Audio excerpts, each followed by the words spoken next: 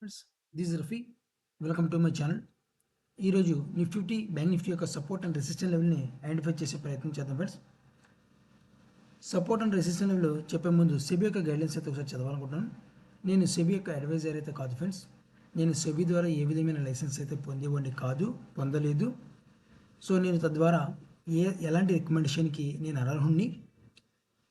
అది స్టాక్స్లో కావచ్చు, ఫ్యూచర్లో కావచ్చు, స్టాక్స్లో ఆప్షన్లో కావచ్చు. సో ఈ వీడియో ఓన్లీ ఎడ్యుకేషన్ పర్పస్ గురించి మాత్రమే ఈ వీడియోని అప్లోడ్ చేయడం జరుగుతుంది.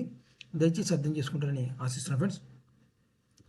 చూడండి ఫ్రెండ్స్, ఈరోజు బ్యాంక్ నిఫ్టీ క్లోజింగ్ ప్రైస్ వచ్చి 52,420 దగ్గర క్లోజ్ అవ్వడం జరిగింది బ్యాంక్ నిఫ్టీ. సో బ్యాంక్ నిఫ్టీలో ఒక సపోర్ట్ లెవెల్ అయితే ఇంటర్డే బేసిక్లో ఒక సపోర్ట్ లెవెల్ ఉంది. 52,000 దగ్గర అయితే ఒక సపోర్ట్ లెవెల్ ఉంది బ్యాంక్ నిఫ్టీలో. సో బ్యాంక్ నిఫ్టీలో ఒక ప్యాటర్న్ కూడా రాబోతుంది. అదేవిధంగా బ్యాంక్ నిఫ్టీలో కొద్దిగా ఒక సైడ్ వేస్ మార్కెట్ సైడ్ జోన్లో మెల్లగా వెళుతుంది. కానీ కన్ఫర్మేషన్ అవ్వలేదన్నమాట. ప్యాటర్న్ కూడా కన్ఫర్మేషన్ అవ్వలేదు, సైడ్ జోన్లో కూడా కన్ఫర్మేషన్ అవ్వలేదు. ఎందుకంటే మనకి ఇంతకుముందు రెసిస్టెంట్గా ఉన్న లెవెల్ని ఇప్పుడు సపోర్ట్ లెవెల్గా మార్చుకుంది. కాబట్టి గత కొన్ని రోజుల నుంచి మళ్ళీ ఆ సపోర్ట్ లెవెల్ని ఇంటర్డే బేసిక్లో దాన్ని బ్రేక్ చేయడానికి శతవిధాలుగా ట్రై చేస్తుంది బ్యాంక్ నిఫ్టీ. కానీ సరైన వాల్యూమ్ రాలేదన్నమాట. సో మార్కెట్లో ఇప్పుడు వచ్చే ప్యాటర్న్, బ్యాంక్ నిఫ్టీ యొక్క ప్యాటర్న్ ఒకసారి చూద్దాం ఫ్రెండ్స్. చూడండి, మనకి బ్యాంక్ నిఫ్టీలో గత కొన్ని రోజు నుంచి ఒక చిన్న ప్యాటర్న్ అయితే రావడం జరుగుతుంది. సో ఈ ప్యాటర్న్ కన్ఫర్మేషన్ అవ్వాలా, విత్ వాల్యూమ్ ప్రకారం కన్ఫర్మేషన్ అవ్వాలి నాకు. అయితే తర్వాత దాన్ని బట్టి నేను సెల్లింగ్కి అయితే నేను కన్ఫర్మ్ అవుతాను మార్కెట్లో. సో ఇది ఎం ప్యాటర్న్, దీన్ని డబుల్ టాప్ కూడా అంటారు. ఓకేనా. అదేవిధంగా ఒక రెసిస్టెంట్ ఆల్ టైమ్ హై యొక్క రెసిస్టెంట్ లెవెల్ కూడా బ్యాంక్ నిఫ్టీలో ఉందన్నమాట. సో ఇది కన్ఫర్మేషన్ అవ్వాలి ఫ్రెండ్స్. ముందుగా చెప్తాను చూడండి, ఇది కన్ఫర్మేషన్ అవ్వాలి, విత్ వాల్యూమ్ ప్రకారం కన్ఫర్మేషన్ అవ్వాలి నాకు. క్యాండిల్ స్టిక్ కానీ ప్రైస్ యాక్షన్ పరంగా కాదు. ఓకేనా. మీరు క్యాండిల్ స్టిక్ ప్రకారం అయితే మీరు అనుకోండి, నాకైతే కాదు. నాకు వాల్యూమ్ ప్రకారం కన్ఫర్మేషన్ అవ్వాలి. కన్ఫర్మేషన్ అయిన తర్వాత మార్కెట్లో మెల్లగా నేను పుట్ ఆప్షన్కి అయితే తర్వాత 50,500 నుంచి 50,000 దగ్గరికి అయితే నేను టార్గెట్ అయితే పెట్టుకోవడం జరుగుతుంది. సో మార్కెట్ ఇది మీకు ముందుగానే చెప్తున్నాను అనమాట. ఇది కన్ఫర్మేషన్ అవ్వలేదు, కానీ ప్యాటర్న్ అయితే నాకు. సో అదేవిధంగా ఇంకో ప్యాటర్న్ కూడా ఉంది ఫ్రెండ్స్. ఇదే ప్యాటర్న్లో మార్కెట్ చూడండి, మార్కెట్ గత కొన్ని రోజులు చూసుకుంటే ఆల్ టైమ్ హై అయితే వెళ్ళటం జరిగింది. ఆల్ టైమ్ హై నుంచి మళ్ళీ కొద్దిగా హెల్తీ కరెక్షన్ వచ్చింది. మళ్ళీ మార్కెట్ ఇక్కడ నుంచి ఒక అప్సైడ్ మూమెంట్ ట్రై చేస్తుంది.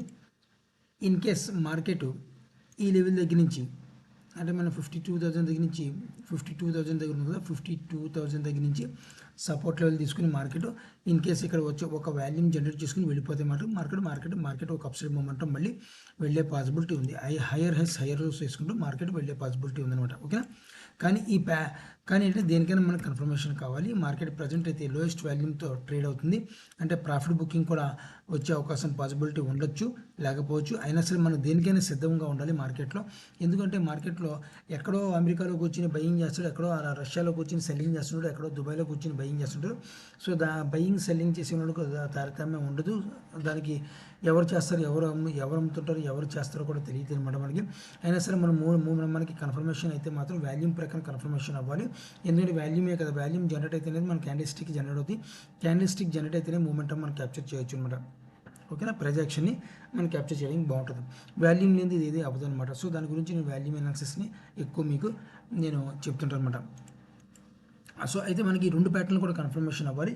ఆల్ టైమ్ హైయర్ వేసుకుంటే మార్కెట్ వెళ్తుంది, అదొక కన్ఫర్మేషన్ అవ్వాలి. ఎం ప్యాటర్న్ కూడా కన్ఫర్మేషన్ అవ్వాలి. రెండు ప్యాటర్న్ కన్ఫర్మేషన్ అయితే మార్కెట్ మళ్ళీ ఒక దారిలోకి వచ్చే పాసిబిలిటీ ఉంది.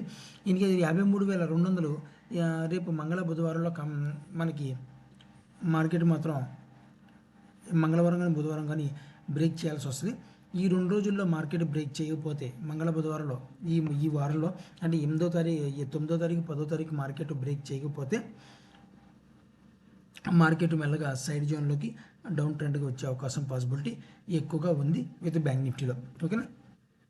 సో బ్యాంక్ నిఫ్టీ యొక్క 5 మినిట్స్ చార్ట్లో కనబడుతుంది సార్. కనబడి సపోర్ట్ అండ్ రెసిస్టెన్స్ లెవెల్ చూద్దాం.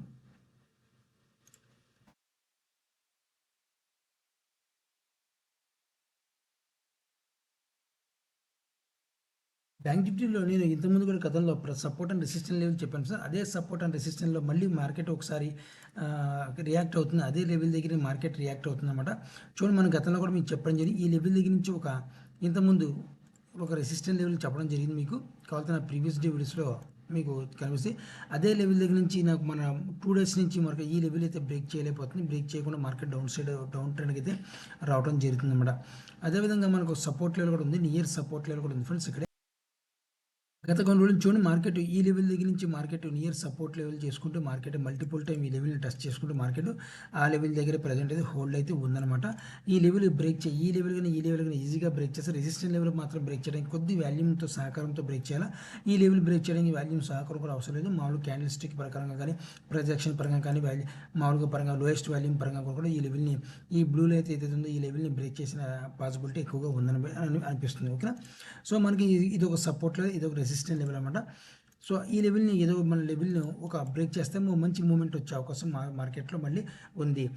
నా అంచనా ప్రకారం మార్కెట్ కంపల్సరీగా ఒక డౌన్ ట్రెండ్ రావాలి. ఎందుకంటే ఓవర్ వాల్యుయేషన్లో మార్కెట్ ఉన్నప్పుడు మార్కెట్ కన్ఫర్మేషన్ గురించి కొద్దిగా హెల్దీ కరెక్షన్ అంటారు అనమాట. హెల్దీ కరెక్షన్ మార్కెట్ వస్తే మాత్రం 51,000 దగ్గర,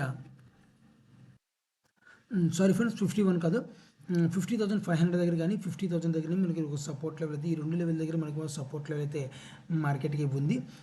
సో సెల్లింగ్ ప్రెజర్లో వస్తే మాత్రం డౌన్ సైడ్ వస్తే మాత్రం డెఫినెట్గా మార్కెట్ ఈ లెవెల్ని ఒకసారి టచ్ అయ్యే అవకాశం పాసిబిలిటీ ఉందని చెప్పి నేను ఎక్స్పెక్ట్ చేస్తున్నాను.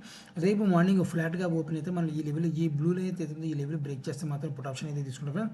అదేవిధంగా మార్కెట్ కొద్ది కన్ఫర్మేషన్ గురించి అప్సైడ్ మూమెంట్ వెళ్తే మాత్రం నేను కాల్ ఆప్షన్కి ట్రై చేస్తాను, కానీ వాల్యూమ్ వస్తేనే ట్రై చేస్తాను, లేదంటే మాత్రం నేను న్యూట్రల్గా ఉంటాను అనమాట. ఓకేనా. సో ఫ్లాట్గా ఓపెన్ అయితే వెయిట్ అండ్ వాచ్ చేస్తాను. మనకి ఏదో పక్క డిసైడ్ అవ్వాలి మార్కెట్ డౌన్ సైడ్ కానీ అప్ సైడ్ కానీ వెళ్తే మాత్రం డెఫినెట్గా మార్కెట్ ఒక మూమెంట్ వచ్చే అవకాశం ఉంది. రేపు మార్నింగ్ ఫ్లాట్గా ఓపెన్ అయితే ఈ లెవెల్ అయితే చాలా దూరంలో ఉంది కాబట్టి మనకి రెసిస్టెంట్ లెవెల్ చూడండి, మనకి ఒక చిన్న రెసిస్టెంట్ లెవెల్ ఉంది ఇక్కడ. ఈ లెవెల్ చూడు, ఈ బాక్స్ లెవెల్ చూడు, ఈ బాక్స్లో మన లాస్ట్ మినిట్లో ట్రేడింగ్ సెషన్లో చాలా వరకు ఇక్కడే ట్రేడ్ అయింది. ఈ లెవెల్ బ్రేక్ చేయాలన్నమాట. అప్ సైడ్ మూమెంట్ ఈ లెవెల్ బ్రేక్ చేస్తే కాల్ ఆప్షన్ తీసుకుంటాను. ఈ లెవెల్ నా బ్లూ లైన్ బ్రేక్ అవుతుంది మాత్రం ఫుల్ ఫిజ్గా పుట్ ఆప్షన్ అయితే తీసుకోవడానికి నేను రెడీగా ఉన్నాను. ఓకేనా. సో ఇది బ్యాంక్ నిఫ్టీ యొక్క support and resistant levels friends. ఇప్పుడు ఒకసారి నిఫ్టీ ఒకసారి చూద్దాం ఫ్రెండ్స్. నిఫ్టీ చూడండి ఫ్రెండ్స్, నిఫ్టీ క్లోజింగ్ ప్రైస్ 24,320 దగ్గర క్లోజ్ చేయడం జరిగింది నిఫ్టీ. సో నిఫ్టీ కొద్దిగా బుల్లిష్, మన బ్యాంక్ నిఫ్టీతో నిఫ్టీ కంపేర్ చేసుకుంటే మాట నిఫ్టీ కొద్దిగా స్ట్రాంగ్గా కొద్దిగా చాలా మటుకు స్ట్రాంగ్గా ఉంది. బ్యాంక్ నిఫ్టీ మాత్రం లోయెస్ట్ వాల్యూమ్తో వెళ్తుంది. నిఫ్టీ కూడా లోయెస్ట్ వాల్యూమ్తో ఉన్నా సరే మాత్రం స్ట్రాంగ్గా పర్ఫామ్ అయితే చేస్తుంది. ఎందుకంటే మనకి క్వార్టర్ రిజల్ట్స్ అయితే ఉంటున్నాయి కాబట్టి దాని ఇంపాక్ట్ నిఫ్టీ మీద డెఫినెట్గా అయితే ఉండే అవకాశం పాసిబిలిటీ ఎక్కువగా ఉందన్నమాట. మనం ఒకసారి 5 మినిట్స్ చార్ట్ కనబడుతుంది. నిఫ్టీ యొక్క సపోర్ట్ అండ్ రెసిస్టెంట్ చూద్దాం. చూడండి, గత కొన్ని రోజుల నుంచి నిఫ్టీ ఒక సపోర్ట్ లెవెల్ని ఒక రెసిస్టెంట్ లెవెల్గా ఫేస్ చేసుకుంటుంది. చూడండి, గత కొన్ని రోజుల నుంచి మాత్రం ఈ నిఫ్టీ ఈ లెవెల్ని ఒక సపోర్ట్ లెవెల్గా పర్ఫామ్ చేసుకుంటూ ఈ లెవెల్ని మల్టిపుల్ టైం సపోర్ట్ చేసుకునే మార్కెట్ ఒక అప్సైడ్ మూమెంటం తీసుకెళ్ళడం జరుగుతుంది అనమాట. అదేవిధంగా రెసిస్టెన్స్ జోన్ చూసుకుంటే మాత్రం ఒక resistant all time high level దగ్గర నుంచి ఒక రెసిస్టెన్స్ జోన్ అయితే ఉంది. ఈ రోజు కూడా ఆ లెవెల్ని అయితే బ్రేక్ చేయలేకపోతుంది. ఆ లెవెల్ దగ్గరకు వచ్చేటప్పుడు సెల్లింగ్ జరిగింది. మళ్ళీ లాస్ట్ మినిట్లో మాత్రం ఈ లెవెల్ దగ్గరికి అయితే తీసుకోవడం జరిగింది. రేపు మార్కెట్ ఒక గ్యాప్ అప్ ఓపెన్ అయితే మాత్రం లెవెల్ ఈజీగా బ్రేక్ చేస్తామన్నమాట. అంత పెద్ద స్ట్రాంగ్ వాల్యూమ్తో లేదు, ఈజీగా బ్రేక్ చేసి మార్కెట్ అప్సైడ్ ఈ లెవెల్ గ్యాప్ అప్ ఓపెన్ ఏంటంటే మాత్రం ఈ లెవెల్ ఫెయిల్యూర్ అయిపోయినట్టే, ఈ రెసిస్టెంట్ లెవెల్ అనమాట. ఓకేనా.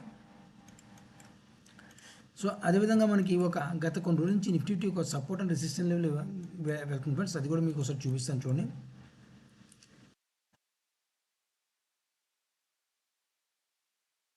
చూడండి, గత కొన్ని రోజుల నుంచి నిఫ్టీ ఈ లెవెల్ని ఒక రెసిస్టెంట్ ఇంతకుముందు గతంలో సపోర్ట్గా మార్చుకుంది, తర్వాత మళ్ళీ సైడ్ జోన్ అయింది మార్కెట్. అయినా సరే ఆల్ టైమ్ హైలో వెళ్తుంది మనకి. మళ్ళీ మార్కెట్ ఈ లెవెల్ని బ్రేక్ చేస్తే మాత్రం 24,400 బ్రేక్ చేస్తే మాత్రం మళ్ళీ మార్కెట్ ఈ లెవెల్కి మళ్ళీ ఒకసారి మళ్ళీ అటెంప్ట్ అయ్యే అవకాశం ఉంది. అటెంప్ట్ అయితేనే ఒకరోజు అవుతుంది ఫ్రెండ్స్, కొద్దిగా లెంతీ ప్రాసెస్ అనమాట. 1 వీక్ కూడా టైం పట్టచ్చు, లేదా 2 వీక్స్ కూడా టైం పట్టచ్చు అనమాట. మార్కెట్ అప్సైడ్ మూమెంట్ తీసుకెళ్తున్నారు కాబట్టి బుల్లిష్లో ఉంది మార్కెట్. హెల్దీ కరెక్షన్ వస్తే మాత్రం డెఫినెట్గా ఈ లెవెల్ బ్రేక్ చేస్తే మాత్రం హెల్దీ కరెక్షన్ వచ్చే పాసిబిలిటీ ఉందని చెప్పి నేను ఎక్స్పెక్ట్ చేస్తున్నాను. ఒకవేళ ఇన్ కేసు మనకి గ్యాప్ అప్ ఓపెన్ అవుతుంది కాబట్టి గ్యాప్ అప్ ఓపెన్ అయిన తర్వాత మళ్ళీ ఈ లెవెల్ రెసిస్టెంట్ లెవెల్గా ఫెయిల్యూర్ అయిపోయి సపోర్ట్ లెవెల్గా మారుతుంది కాబట్టి మార్కెట్ సపోర్ట్ లెవెల్ చేసుకుని మార్కెట్ అప్సైడ్ మూమెంట్ వెళ్తుందన్నమాట. సో ఒకవేళ రేపు పొద్దున మార్కెట్ 24,400 బ్రేక్ చేస్తే మాత్రం నా టార్గెట్ 24,500 దగ్గర అయితే ఒక స్ట్రాంగ్ రెసిస్టెన్స్ జోన్ ఉంది. ఇంట్రాడే బేస్ స్ట్రాంగ్ అంటే మరీ దానిలో స్ట్రాంగ్ ఉంది, ఇంట్రాడే బేసిక్లో రెసిస్టెన్స్ జోన్ ఉంది. అది ఒకవేళ ఫెయిల్యూర్ అయితే అది కూడా లెవెల్ బ్రేక్ చేస్తే మాత్రం 24,600 నా సెకండ్ టార్గెట్ అయితే పెట్టడం జరుగుతుంది మేడం. ఓకేనా. సో ఇది ఫ్రెండ్స్ మనకి బ్యాంక్ నిఫ్టీ యొక్క నిఫ్టీ యొక్క సపోర్ట్ అండ్ రెసిస్టెన్స్ లెవెల్స్.